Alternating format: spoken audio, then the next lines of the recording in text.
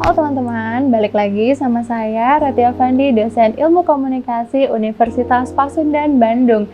Selamat datang di channel saya di mana teman-teman akan lebih tahu, lebih paham, lebih ngerti lagi tentang segala sesuatu yang berhubungan dengan ilmu komunikasi. Tentunya dengan cara yang menyenangkan dan dengan contoh-contoh dalam keseharian kita, dan pastinya akan bikin teman-teman semua auto ngerti. Nah, video-video yang saya buat ini sebenarnya bukan cuma untuk anak-anak yang lagi belajar ilmu komunikasi aja, tapi buat siapa coba? Buat seluruh umat manusia di muka bumi ini. Karena apa? Selama kita hidup, kita nggak bisa lepas dari yang namanya komunikasi. Nah, di video ini saya mau ngejawab dulu nih pertanyaan-pertanyaan yang udah muncul dari teman-teman. Pertanyaan selanjutnya adalah, apa saja sih yang menjadi hambatan dalam komunikasi nonverbal? Nah, ini komunikasi nonverbal itu adalah komunikasi yang menurut saya jauh lebih sulit ketimbang komunikasi verbal. Mungkin kita udah bahas ya di video sebelumnya, dimana kalau komunikasi nonverbal itu dari ujung kepala sampai ujung kaki itu semuanya simbol nonverbal yang kita sampaikan ke lawan bicara kita. Nah, biar lebih spesifik lagi, saya ada pembagiannya, ada 9 poin. Yang pertama, yakni prasangka. Sebelum kita masuk ke simbol-simbol yang ada dalam diri kita. Kita kalau misalnya mau ngobrol sama lawan bicara kita, misalnya nih ya, contohnya aja, kita nih nggak suka warna merah misalnya. Terus lawan bicara kita pakai baju warna merah. Belum apa-apa kita udah punya prasangka, wah jangan-jangan ini orang dari partai A nih. Jangan-jangan orang ini nggak sejalan nih sama saya. Ya, itu bisa menghambat yang namanya komunikasi kita. Dan pesan yang mau kita sampaikan atau pesan yang malah kita terima itu bentrok dengan prasangka yang kita miliki sama orang lain. Ya, sama halnya tadi contohnya warna. Kalau zaman-zaman pilkada ya kita tuh sampai pusing banget ngelihat warna-warni yang berlawanan arah politiknya. Kayak sekarang nih saya pakai baju warna kuning, untungnya kerudungnya coklat. Kalau kuning semua, wah jangan-jangan nih Miss Rati dari aliran A, B, C dan lain sebagainya. Itu prasangka. Nah, kemudian yang kedua, perbedaan makna nonverbal. Ini dia, aduh ribet banget sumpah. Mungkin teman-teman pernah ngelihat orang yang mengacungkan jari tengah seperti ini, ya. Itu kita udah sama-sama tahu bahwa itu adalah kata-kata yang kasar banget. Tapi kan kita nggak tahu mungkin di daerah tertentu ini tuh artinya apa gitu loh. Sama halnya seperti jempol nih ya, di kita ini oke, bagus. Tapi saya lupa ya di daerah mana, negara apa, pokoknya di belahan Eropa Timur, ini tuh artinya sama dengan ini. Ngeri nggak? Kebayang nggak kamu dikasih makanan di tempat tersebut ya, di negara tersebut, terus udah gitu kamu bilang, makanannya enak banget, yang ada kamu digebukin, karena ini kasar banget. Nah, kemudian yang selanjutnya adalah tidak memahami karakter orang lain. Karakter itu memang salah satu poin dalam komunikasi nonverbal, karena kita bisa melihat dari gestur ya, dari tatapan mata, dari gerak tangan, cara duduk, cara berdiri, cara posisi badan ya, mau belok kanan, belok kiri, lurus.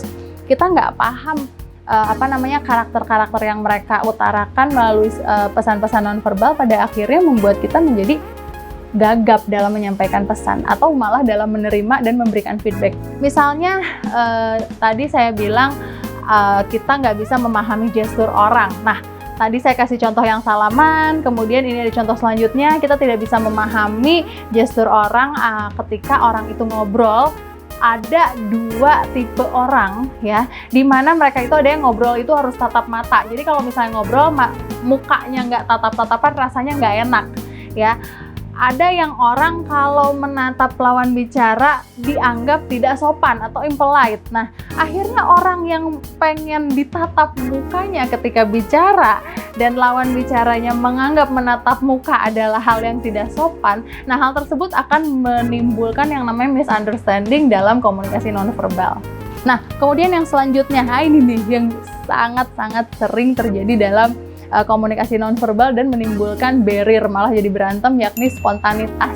Karena kita ini manusia berasal dari latar belakang yang berbeda-beda, ya budaya, ya agama, ya belum lagi keluarganya seperti apa, latar belakang keluarga kita, ya. Contohnya saja, kalau misalnya ini orang Sunda nih, kalau orang Sunda ini maaf ya, kalau orang Sunda ini saya nggak mengeneralisir, tapi banyak teman-teman saya ini kalau ngobrol, kalau nggak ada anjingnya itu nggak ada anjingnya. Kayak even ngomentarin hal yang oke juga, anjing keren banget katanya gitu. Ya ini contoh aja ya, saya punya temen yang begitu ya. Nah ini spontanitas ya, nggak sengaja dia ucapkan. Ini verbal dulu ya, saya kasih contoh. Misalnya dikasih makanan lagi sama temennya, terus udah gitu gimana, enak nggak? Anjing enak banget. Nah itu orang kan nangkepnya bisa beda. Anjing itu mungkin di daerah-daerah tertentu itu merupakan kata-kata yang kasar, tapi kalau di area pergaulan Sunda banget ya, anjing itu adalah koma dan menunjukkan intimasi, kedekatan. Jadi kalau misalnya kamu udah ajak ngobrol sama teman kamu yang orang Sunda, kemudian anjing kemana aja loh, nah itu tuh berarti udah deket banget. Saya pernah bahas ini di video sebelumnya. Nah sedangkan kalau di yang nonverbal nih ya, budaya cipika-cipiki ini ya, ini spontanitas, spontan. Kita nggak bisa tiba-tiba menahan, begitu ketemu nggak jadi, kan nggak mungkin. Tapi ketika terjadi komunikasi nonverbal yang itu cipika-cipiki tadi dan spontan, itu bisa salah persepsi, bisa misunderstanding. Ada orang yang biasa mau ketemu laki, mau ketemu perempuan, ketemu langsung halo apa kabar, 1, 2, 3, ada yang begitu ya. Nah itu kalau misalnya itu kan spontan, kita nggak bisa kontrol itu ya. Kemudian orang ngegebuk pundak, nah itu ya, kalau orang udah pamitan atau enggak, lu kemana aja gitu ya, sapaan. Ada orang yang suka tersentuh, ada yang juga tidak. Nah ini spontanitas. Kemudian salaman ya, ada yang salamannya begini terus kena ya. Kalau orang Sunda itu kan salamannya 1, 2 gitu ya. Nah itu kena. Tapi ada yang orang begitu begini ya, kita maju, dia mundur kita maju, karena dia begini dulu, Sunda begini dulu, ayo nggak ketemu. Nah itu spontanitas dan kita sangat sulit untuk mengendalikannya. Kemudian yang selanjutnya adalah yang menjadi barrier dalam komunikasi nonverbal adalah tidak bisanya melakukan adaptasi. Nah ini kurang lebih setelah spontanitas itu terus nggak bisa beradaptasi, ya otomatis pesan yang kita mau sampaikan akan bentrok dengan gestur orang-orang yang ada di sana. Selanjutnya, kesulitan memahami pesan. Kenapa sangat sulit memahami pesan nonverbal? Karena pesan nonverbal itu hanya bisa ditafsirkan oleh lawan bicara ya. Sometimes kita sebagai orang yang menyampaikan pesannya itu tidak merasa bahwa apa yang kita gerakan, apa yang kita lakukan itu melanggar pesan yang ingin kita sampaikan.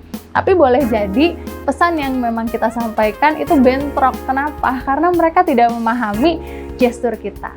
Ya, oke. Yang selanjutnya, kurangi ilmu pengetahuan. Kayaknya saya nggak perlu ngejelasin ya. Kalau misalnya orang yang memiliki kekurangan ilmu pengetahuan itu otomatis melihat pesan-pesan nonverbal menjadi blur, menjadi kacau. Contohnya aja ada beberapa simbol-simbol yang boleh jadi dilarang di Indonesia atau dilarang di negara-negara lain, kemudian kita gunakan. Nah itu kan karena kita tidak mengetahui bahwa simbol tersebut adalah simbol yang terlarang, ya kita biasa pakai-pakai aja. Tapi ketika kita sudah mengetahui, ya kita nggak mungkin menggunakan simbol tersebut. Yang terakhir adalah tergesa-gesa, atau orang Sunda bilang mah rusuh nih ya. Ketika kita menyampaikan sebuah pesan dengan cara yang sangat tergesa-gesa, ya otomatis gestur kita juga amburadul alias berantakan. Gimana hambatan-hambatan nonverbal, udah kebayangkan? Nah, oke teman-teman, kayaknya saya ngebahas tentang hambatan dalam komunikasi nonverbal di segmen Q&A ini segini dulu. Nanti kita sambung lagi di video selanjutnya. Jangan pernah lupa untuk like, subscribe, dan komen supaya kita terus bisa diskusi. Mari kita sebarkan virus kebaikan ke seluruh dunia supaya kita semua auto ngerti. See you!